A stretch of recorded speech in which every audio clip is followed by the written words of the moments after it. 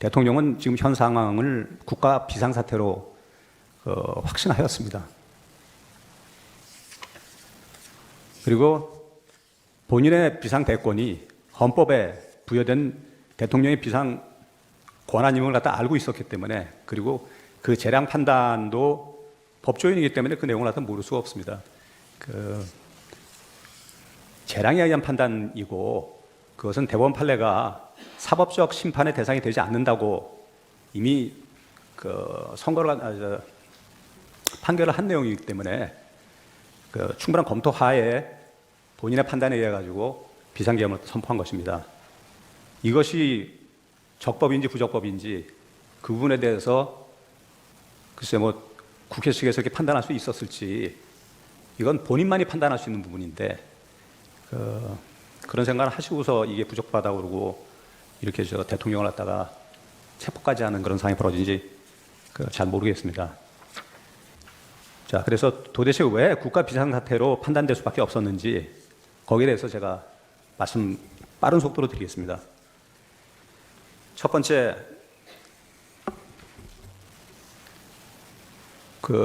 최대 국정문란 사태 상황인 부정선거.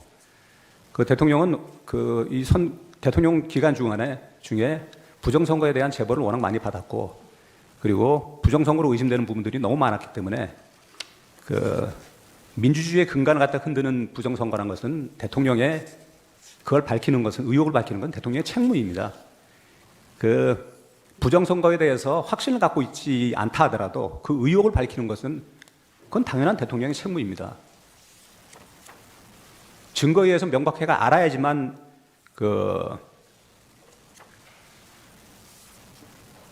계엄을 선포하고 증거 확보에 나서는 것이 아니라, 국민들이 다 의혹을 갖고 있고 충분한 의혹의 이유가 있다고 생각되면 얼마든지 할 수 있는 것이 부정선거에 대한 증거 확보일 겁니다. 왜 이런 비상계엄을 통한 그냥 평화시의 부정선거 증거 확보에 나서지 못하고 비상계엄을 통해서만 할 수밖에 없었는지, 안타까운 상황을 갖다 제가 일단 설명을 하겠습니다.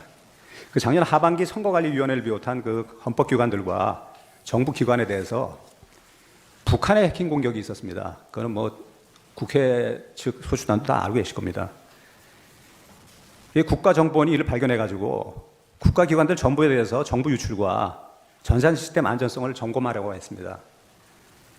모든 기관이 다 응하는데, 대통령이 작년 12월 12일 담화문까지 발표했는데도 불구하고 선관위에서만 헌법기관이라고 이거 거절했습니다. 완강히 거부해서 결국 못했습니다. 그리고 나서 선관위 대규모 채용 불법 사건이 터졌습니다. 선관위가 아마 입장이 많이 곤란했을 것입니다. 어느 국가기관에서 아버지가 있다고 애들이 그냥 다 합격하는 그런 대규모 사태가 벌어질 수가 있겠습니까? 무소불위의 국가기관이라고 아니할 수 없습니다. 그래서 어쨌든 간에 대규모 불법 채용 사태 이후로 한 발 물러서 가지고 국정원의 점검을 받았습니다. 국정원이 점검한 상황에서는 이게 좀 상상 초월의 너무나도 부실하고 도대체 의혹투성이의 결과를 확보했습니다. 근데 그 이후에 서버 제출이나 기타 저희가 요청하는 그런 것들을 하나도 받아들이질 않았습니다. 본인들이 국정원에 의심사항이 있다는다면 당연히 거기에 응하는 것이, 그리고 국민들의 의혹에 대해서 지금 한두 해 벌어진 내용이 아니지 않습니까? 그러면 국민들의 국론 분열을 막기 위해서라도 국가기관인 헌법재판소는, 죄송합니다. 헌법재판소는. 선관위는 당연히 국민 의혹 해소에 앞장서서 나섰어야 될 겁니다. 그러지 않은 것들이 결국 이런 불행까지 오게 된 것입니다. 자, 이제부터 부정선거 의심 정황들에 대해서 제가 말씀드리겠습니다. 선거 시스템 관리 부실과요. 국정원에서 확인한 그 기본적인 그 시스템 저 확인에 의해서도 첫째, 해킹 및 투개표의 전반적 조작 가능성이 발견됐습니다. 선관위 시스템이 외부망 침투 등의 공격에 취약하고 국내는 물론 중국, 북한의 해킹이 용이하고 투개표 데이터에 대한 전반적 조작 가능성이 농후했습니다. 뭐 아시겠지만 사전선거가 도입된 이후로는 그 법원이 증거 확보가 불가능한 상태입니다. 몇 명이 투표했는지를 알 수가 없고, 그러니까 사후에 그 선거 무효 소송을 제기하는 것은 의미가 없는 상황이 됐습니다. 도대체 어떻게 이런 시스템이 나왔는지, 예전에 부재자 투표의 경우에는 몇 명이 투표를 했고 그 장부가 다 있었습니다. 그렇기 때문에 안 했다고 본인들한테 확인하면 확인이 됐습니다. 근데 지금은 누가 투표했는지 몇 명이 투표했는지 알 수가 없습니다. 이런 시스템이 도대체 어떻게 존재할 수가 있습니까? 그러니 조금이라도 여기서 이익을 취하는 사람들은 서버에 들어가 가지고 자기들이 투표했다고 허위 적어도 하고, 그 다음에 그 선거함에 뭐 많이 나옵니다.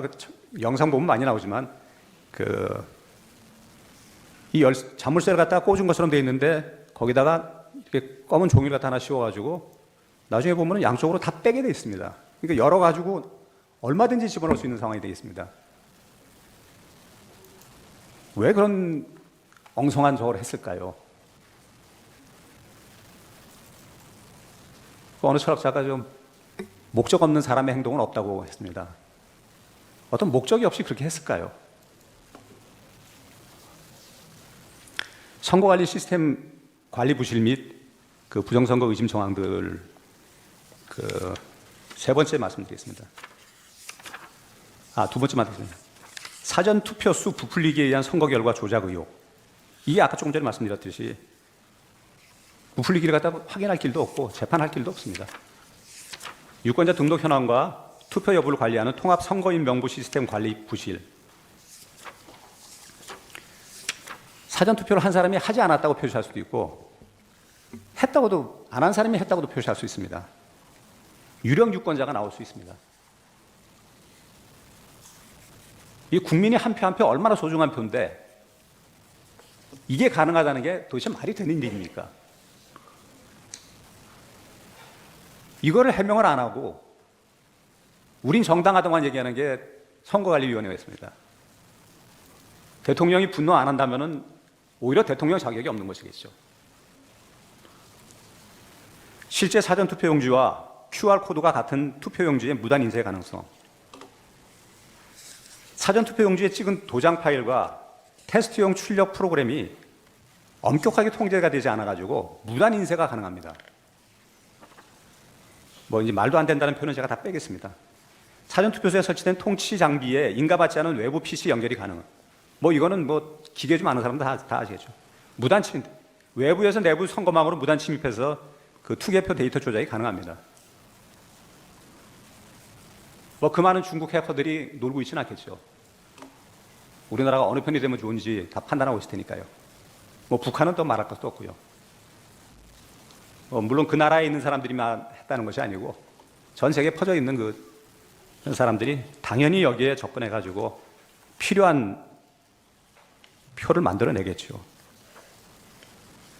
투표지 분류기 등 개표 시스템의 허점, 투표지 분리기와 개표 결과가 저장되는 개표 시스템의 보안 관리 체계가 부실해 해커가 개표 결과를 얼마든지 변경할 수가 있습니다.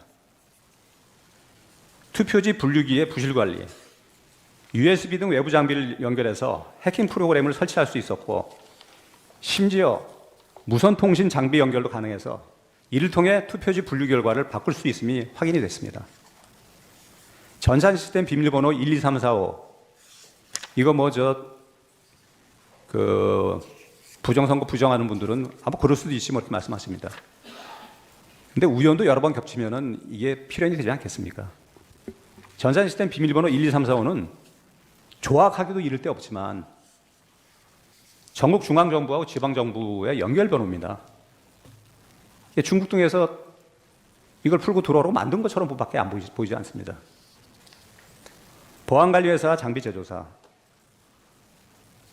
선거는 아까도 말씀드렸지만 민주주의의 근간입니다. 저희 예산에 정말 어마어마한 부분을 갖다가 투입해서라도 국민의 그 귀중한 한 표를 갖다가 지켜내야 됩니다. 근데 국가 운명을 결정짓는 선거에 대한 시스템 보안 관리 회사가 아주 극소규모의 전문성이 매우 부족한 회사고, 장비 제조사는 대북송금 800억 원 주체인 쌍방울입니다. 대북송금을 하는 회사가 그 계열사를 통해 가지고 이 장비 제조를 했다는 것은, 아까도 말씀드렸지만 우연히 겹치면 필연이라고 저희가 의심하지 않을 수 없는 상황입니다. 뭐 확증을 떠나서 대통령은 이 부분에 대해서 굉장히 의심을 품었습니다. 그 다음에 감사원 조사 결과 지난 10년간 선관위의 절차 규정 위반이 1200건입니다. 중앙 400건, 지방 800건. 경력직 채용 사례 전수 검사 결과 친인처, 세습비리 등에 의한 100% 불법 채용이 판명됐고, 자료 은닉 및 감사 방해. 그 외람돼 말씀이냐, 감사원 국장이 이런 기관은 처음 본다고 탄식을 했었습니다. 이 부분이 재판관님이 좀 관심 갖고 좀 보셔야 될 부분이라고 생각합니다. 저희는 이 불법 선거가 사실은 중국과 크게 관련이 있다고 생각합니다.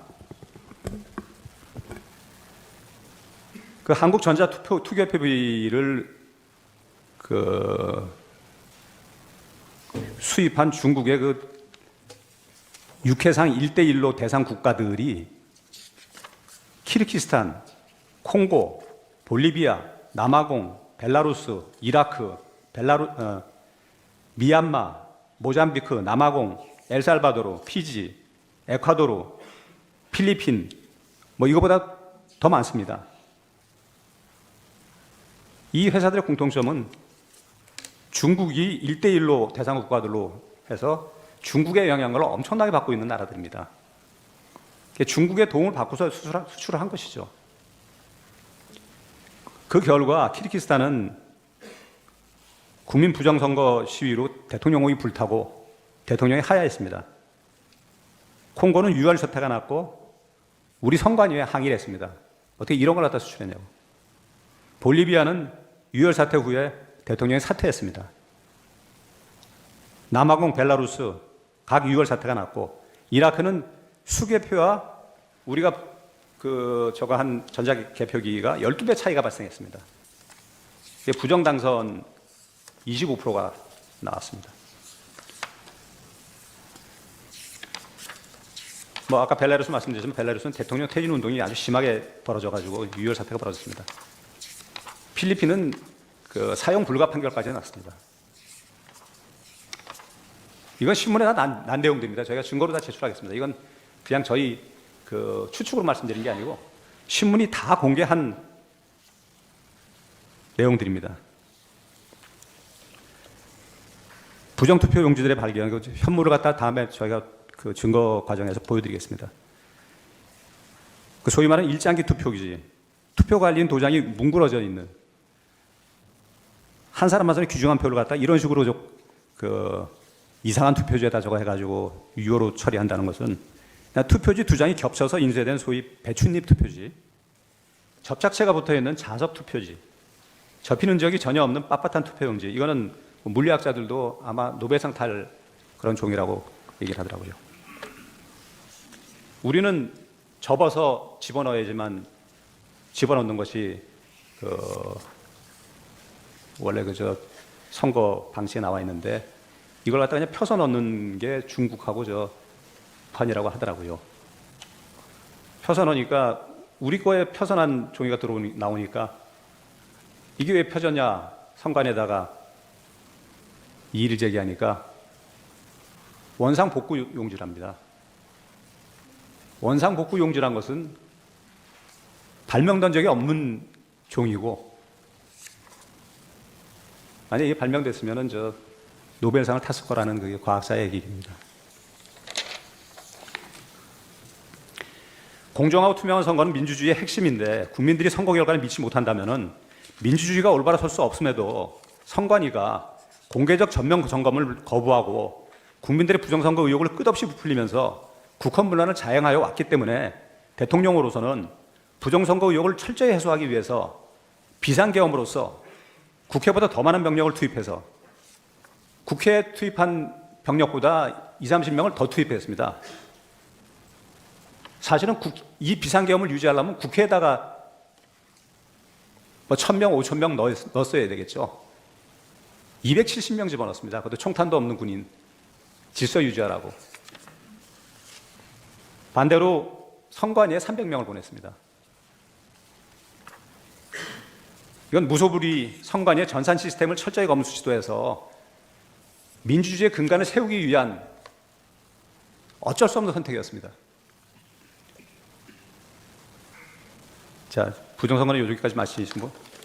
나중에 그저 부정선거에 대해서는 그 증거조사 결과에서 그 많은 저게 나올 것입니다. 뭐 오늘 아침 신문에도 뭐 메이저 신문사는 아니지만 그 수원